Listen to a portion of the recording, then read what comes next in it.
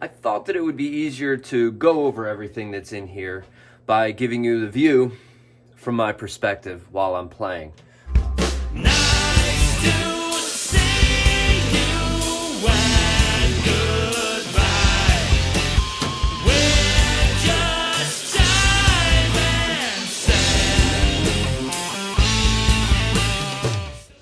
Tribe of Names, Scott here, coming to you from Metronome Studios. And I'm sitting in front of my drum set now, and I wanted to take a couple of minutes to give you guys an overview of what you are seeing and what you're not seeing when you watch our videos from, again, my perspective.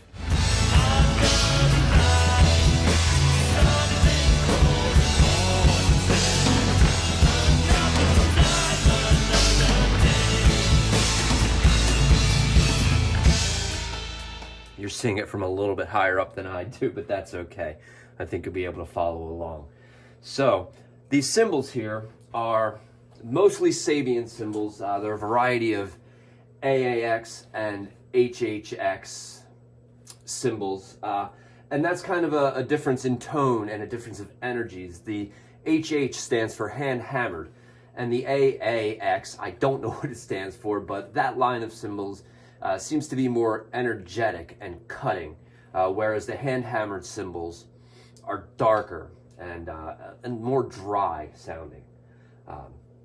So I'm going to start on the left here, work a way around to the right, and tell you what everything is. Now, I'll start with the one of two cymbals that aren't Sabian in here. This is a cymbal stack. It's two 10-inch splash cymbals stacked on top of each other. It's a Zildjian ZBT splash on the bottom and a Paiste 2002 series 10-inch wild splash on the top. Stacked together, it gives you a nice dry, flat, hi-hat sounding sound. Next to that is a 14-inch hand-hammered Sabian China cymbal. Another cymbal up here, it's a 6-inch bell, very high-pitched, almost like the bell of a ride cymbal. It's nice to have that sound opposite of the bell of the ride cymbal. So it's over here if I need to hit it while playing the hi-hats. Speaking of the hi-hats, these are 14-inch Sabian AAX fast hats.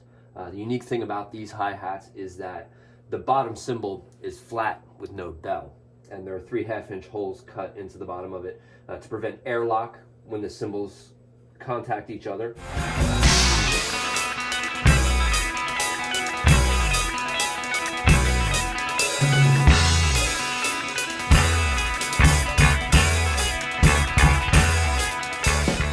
And also to increase the responsiveness of the cymbals when played with the foot. It gives you a nice, quick, fast chick sound.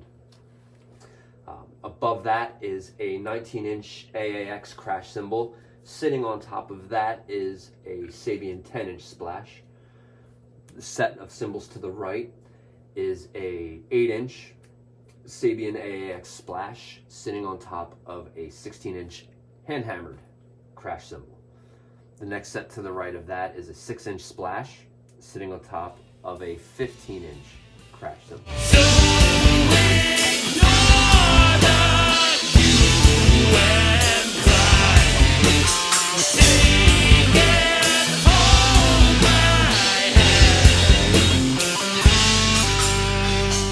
Next set over is an 11-inch AAX splash cymbal sitting on top of an 18-inch crash cymbal.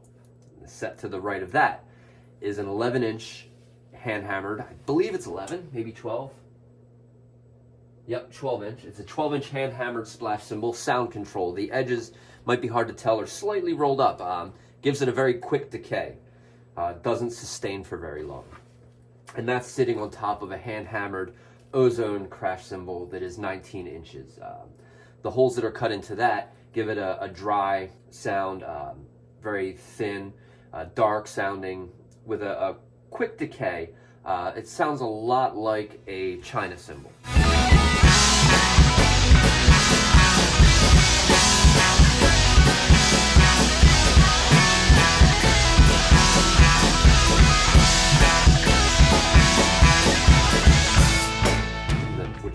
what the next two cymbals on the right are.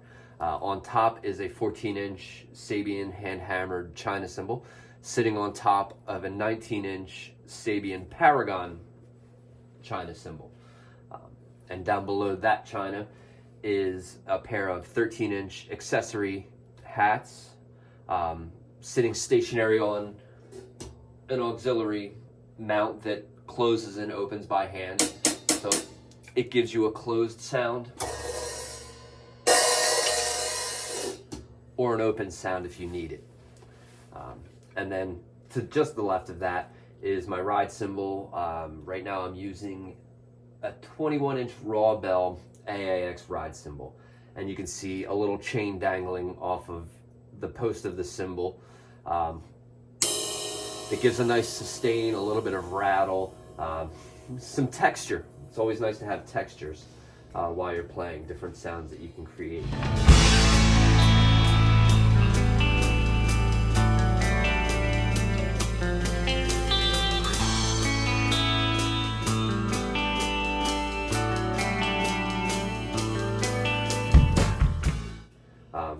I like to position everything so that it kind of works from the center out, descending.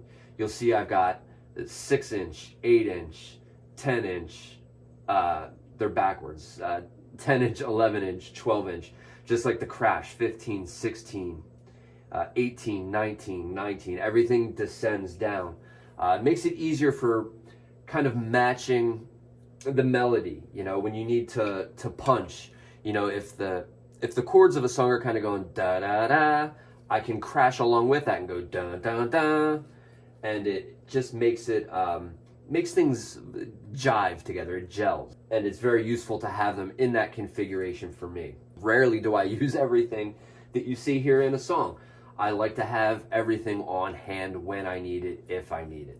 Especially because during COVID, I'm not tearing this drum set down and taking it to shows.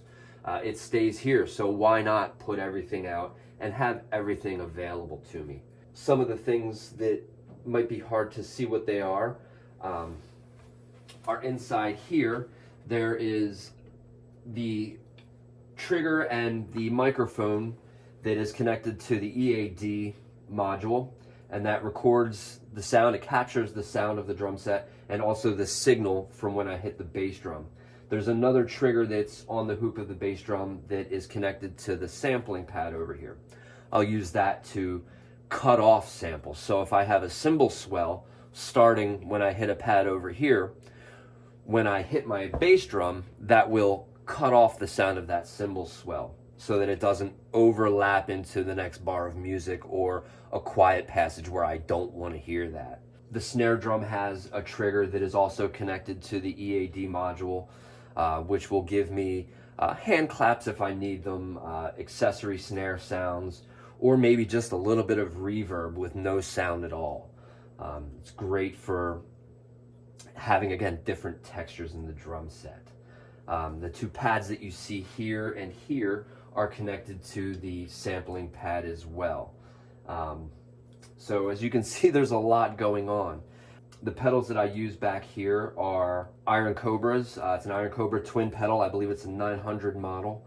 An Iron Cobra hi-hat stand, two-legged hi-hat stand, makes it easier to use double pedals. And then to the left of that Iron Cobra hi-hat pedal is a Cobra clutch pedal. It's a pedal that takes the place of what drummers refer to as a drop clutch for your hi-hat stand. Pressing down on the pedal will engage the rod of the hi-hat stand, tightening the cymbals together so that you can play the hi-hats with double bass pedals and still have it sound good. Just like that. And then to release it, you simply press the pedal again and you're able to manipulate the pedal with your foot. That's everything on the drum set. I hope you've enjoyed it. Thank you for hanging out with me and checking out the drums. It was awesome to be able to explain them to you and let you know what you guys are seeing when you watch our videos. As always, they like to say, hit that subscribe button and hit that notification bell.